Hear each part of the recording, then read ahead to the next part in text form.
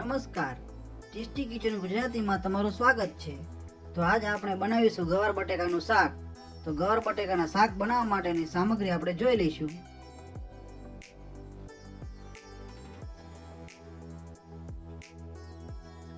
જેમાં ગવાર છે, આ કટ કરેલા બટેકા છે, આ હળદર છે, આ હિંગ છે, આ જીરું છે, આ રાઈ છે, આ મીઠું છે અને આ લસણીયો મસાલો છે અને આમાં વઘાર કરવા માટે તેલ છે. તો સૌ પ્રથમ આપણે ગેસને ચાલુ કરી લઈશું અને આવી રીતના એક કુકર લઈ લઈશું, જેમાં જરૂર પ્રમાણે તેલ લઈ લઈશું.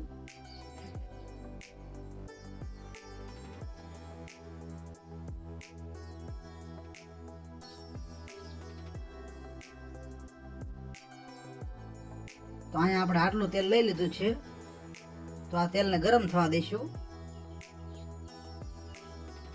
તો આપણું તેલ ગરમ થઈ ગયું છે, જેમાં સૌ પ્રથમ થોડી રાઈ નાખીશું.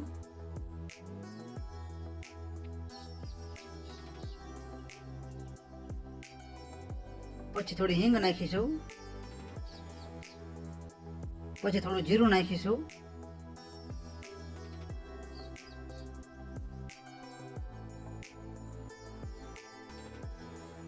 પછી આપણે ગવાર જે લીધેલો છે તે નાખી દઈશું.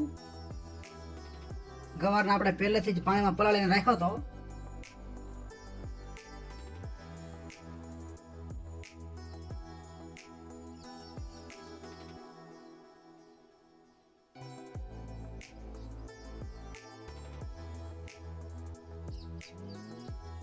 અને હવે બટેકા નાખી દઈશું. બટેકાને પણ આપણે પાણીમાં પલાળીને રાખેલા છે.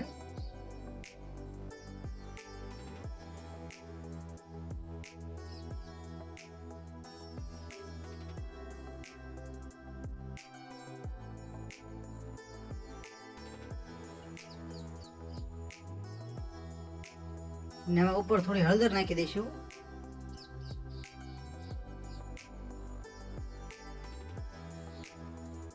પછી સ્વાદ પ્રમાણે મીઠું નાખી દઈશું. પછી લસણીયો મસાલો નાખી દઈશું અને હવે સારી રીતે હલાવી લઈશું. ધીમે ધીમે હલાવીને વેજીટેબલ્સને સારી રીતે મિક્સ કરી લેવાના છે.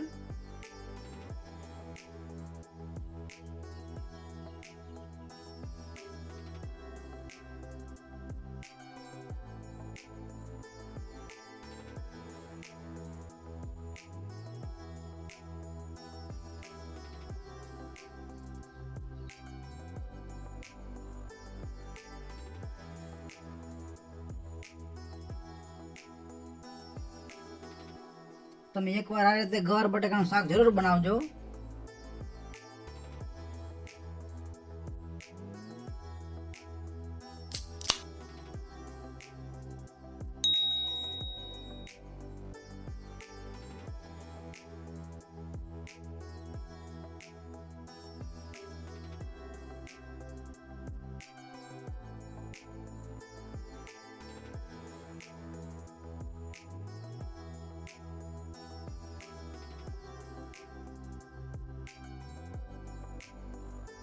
અને હવે એક ગ્લાસ પાણી નાખી દઈશું.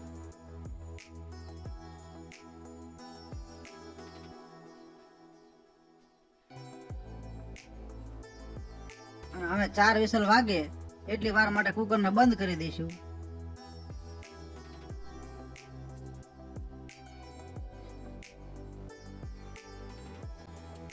તો આપણા કુકરની 4 વિસલ પૂરી થઈ ગઈ છે.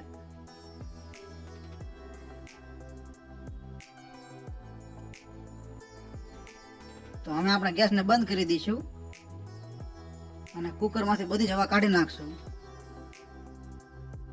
તો આપણા કુકરમાંથી બધી જ હવા નીકળી ગઈ છે. તો હવે આપણે કુકરને ખોલી લઈશું અને એકવાર સારી રીતે હલાવી લઈશું.